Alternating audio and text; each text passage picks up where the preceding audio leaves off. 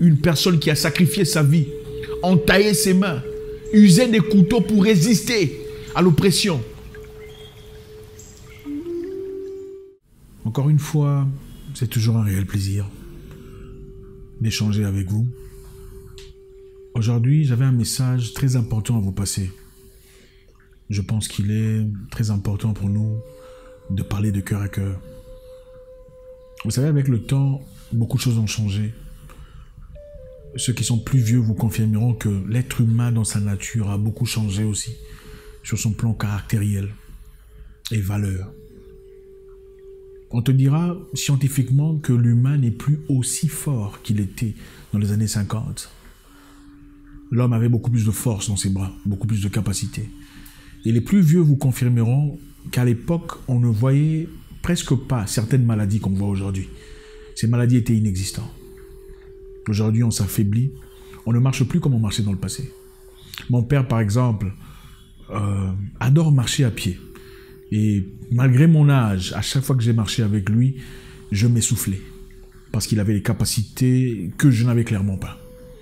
Nous sommes affaiblis avec la voiture, affaiblis avec la télévision, affaiblis avec beaucoup de choses. Les hommes ne sont plus vraiment hommes tels qu'ils étaient dans le passé, en tout cas tels qu'on l'a connu. Aujourd'hui, les hommes sont coincés quelque part entre hommes et autre chose. La capacité de gérer, de guider, de leader sa famille, de diriger sa famille vers un avenir meilleur, d'assumer ses responsabilités, on voit peu à peu en train de s'éclipser. Je pense qu'il est essentiel que l'on redevienne où nous fûmes. Les personnes que nous étions, des personnes fortes, des guerriers. Aujourd'hui, on parlait d'un monsieur très important, un héros, dans une histoire de détermination, qui a marqué son histoire. Galvarino, pour ceux qui connaissent, était un homme incroyable. Galvarino de Mapuche était un héros, un combattant, un lutteur. Il était un guerrier sud-américain qui a lutté contre l'esclavage, lutté contre l'intrusion des Espagnols qui sont venus en conquistador pour prendre l'Amérique du Sud. Vous savez comment ça se passe, comme ils l'ont fait en Afrique. Ils sont partis en Amérique du Sud espérant gagner des terres et coloniser les terres. Ils sont fait face à une forte résistance des Amérindiens. Ils faisaient partie de la plus grande tribu amérindienne de Sud-Amérique, bordant la Chili et l'Argentine. Galvarino est un nom très connu, une personne très connue. Après avoir été arrêté par les Espagnols, on leur a infligé quelque chose d'atroce. Au lieu d'être exécuté, Garcia Mendoza, le gouverneur espagnol, ordonna d'amputer les mains de tous les résistants amérindiens, amputer les mains de 150 prisonniers amérindiens pour avoir résisté à l'invasion espagnole. Parmi eux, Galvarino était là, un homme fort, un homme déterminé, un homme ayant une bonne direction. Cette personne a été amputée de ses bras, malheureusement dans une triste histoire, au lieu d'être tué. Garcia, le gouverneur espagnol, leur ordonna de rentrer dans leur village pour montrer à tout le monde ce qui leur arrivait. L'objectif n'était pas de les tuer, mais c'était d'effrayer tout le monde, d'effrayer la résistance. Regardez ce qui va vous arriver si vous résistez aux Espagnols. Arrivé chez lui, qu'est-ce que Galvarino a dit? Il a crié, « Pourquoi avez-vous arrêté d'attaquer ces chrétiens ?» Oui, parce que les Espagnols étaient chrétiens.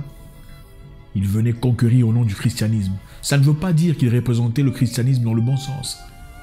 Mais ainsi parlait Galvarino. Pourquoi avez-vous arrêté d'attaquer ces personnes au lieu de succomber à sa peine et de pleurnicher vers sa mort? Galvarino de Mapuche, ayant ses mains entaillées, coupées en morceaux, qu'est-ce qu'il fit pour résister? Il ne pouvait donc rien faire. Normalement, une personne se dirait, je suis handicapé à vie, je ne ferai rien. Je vais rester là en attendant ma mort. Qu'est-ce qu'il fit? On prit des fers ou des couteaux qu'on a attachés à ses bras. Ses deux bras étaient attachés de couteaux, ses bras coupés, attachés des couteaux. Et c'est avec ça qu'il est allé combattre les Espagnols. Vous connaissez l'histoire de X-Men, le film de X-Men, Wolverine dans X-Men. C'est ça Galvarino, la représentation de Galvarino. Le vrai Wolverine de X-Men, c'est Galvarino, un Amérindien qui a résisté aux Espagnols, sans main, ayant attaché à ses mains des couteaux pour résister à une force étrangère. Quel niveau de détermination! Au lieu de pleurnicher, il cria « Pourquoi avez-vous arrêté d'attaquer ces gens? Pourquoi avec du sang dans ses bras ?» C'était dans la résistance. Il s'est réveillé, il a réveillé ses compatriotes pour aller à la guerre une fois de plus au nom de leur terre.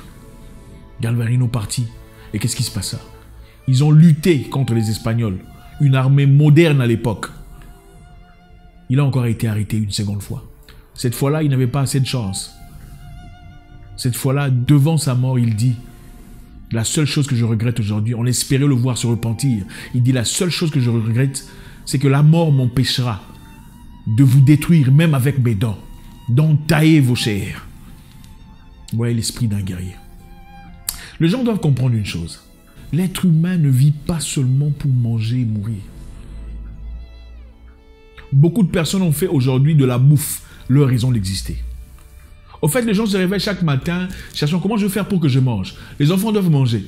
Donc, toute leur vie est basée sur le fait que les enfants doivent manger. Ce n'est pas la raison pour laquelle vous êtes là. Vous n'êtes pas sur terre seulement pour manger. Regardez-vous droit dans les yeux et vous remarquerez qu'il y a des raisons qui brûlent dans vos cœurs. Il y a des choses profondes, des choses vraies pour lesquelles vous êtes censé combattre, mais que vous avez peut-être abandonnées, faute de votre situation. Vous dites la vie est difficile, les choses sont compliquées, je me fais beaucoup trop d'ennemis. Pourquoi ne dois-je pas m'associer à tout le monde? J'ai l'impression que le voisin il mange, regarde il est en train de construire. Pourquoi je n'accepte pas ce gouvernant oppressif, dictateur, tueur, pour avoir mon bol de riz et vivre comme tout le monde? Ce n'est pas pour ça que vous êtes là. S'il y a quelque chose qui brûle dans votre cœur, il y a une raison pour laquelle elle est là. Ce n'est pas pour rien. Je ne sais pas ce que c'est dans votre cas. Vous êtes politicien. Vous avez abandonné vos propres valeurs pour gagner un pain, acheter une voiture. Pensez à Galvarino. Une personne qui a sacrifié sa vie, entaillé ses mains, usé des couteaux pour résister à l'oppression au nom de son peuple. Au lieu d'abandonner, de dire je suis handicapé, je n'irai pas combattre. Il a mis des couteaux dans ses mains coupées. Il est rentré combattre pour son peuple. Combien ont trahi leur peuple pour un bol de riz? Combien ont tourné le dos aux batailles de leurs ancêtres pour se trouver une place dans la société? Vous n'êtes pas là seulement pour une Jeep. Vous n'êtes pas là pour une villa. Qu'est-ce que l'histoire dira de vous après votre départ? C'est ça le plus important. Il ne s'agit pas d'envoyer vos enfants dans les meilleures écoles. Il ne s'agit pas de faire à ce que vos enfants mangent du caviar et sirotent du champagne à volonté. Il s'agit de laisser une histoire palpitante, que les gens derrière vous touchant, les gens à travers vous seront inspirés et seront propulsés. Je ne sais pas ce que c'est dans votre cas. Vous avez peut-être une idée, des pensées, des ambitions de vie qui brûlent dans votre cœur. Mais vous êtes confronté à d'énormes résistances. Et vous vous demandez comment je vais faire. Il y a toujours un moyen. Il y a des raisons pour lesquelles dans la vie vous donnez tout ce que vous avez. Même votre vie. Oui. Comment réagiriez-vous si un intrus rentrait dans votre maison et voulait toucher votre mère ou votre enfant? Parce qu'il est armé. Allez-vous vous taire en disant voilà, faites ce que vous voulez parce que vous êtes armé, de peur que je ne perde ma vie? Beaucoup le feront. Je le sais. Beaucoup le feront. Mais un vrai homme, un homme avec un grand H, ne l'accepterait pas. Au nom de sa vie et de l'honneur, il résistera à l'oppresseur. Beaucoup pleurnichent, disant qu'ils ont pris notre pays, ils ont pris notre société, ils ont comblé notre situation. Où sont les vrais hommes pour résister? Vous avez un objectif à atteindre. Allez-y. Ne résistez pas. N'ayez pas peur parce que vous êtes dans des difficultés. N'ayez pas peur parce que vous êtes en manque d'argent. Écoutez, il est facile de se faire de l'argent en se prostituant. Quand vous êtes une femme, n'est-ce pas? Mais est-ce que toutes les femmes se prostituent? Toutes les femmes en difficulté se prostituent? Non, elles ne le font pas. Parce qu'elles ont de la valeur. Elles estiment que leur valeur vaut plus que l'argent qu'elles gagneraient. Beaucoup de personnes ont vendu leur valeur, vendu l'honneur, vendu la détermination pour avoir une compensation de bonheur très puérile.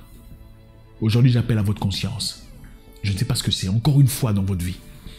Peu importe la décision que vous avez prise, la direction que vous avez, foncez. Si vous êtes convaincu que vous êtes dans la bonne direction, ne permettez à rien de vous faire changer de direction. Merci infiniment de nous suivre. J'espère vous parler encore très bientôt dans une nouvelle vidéo.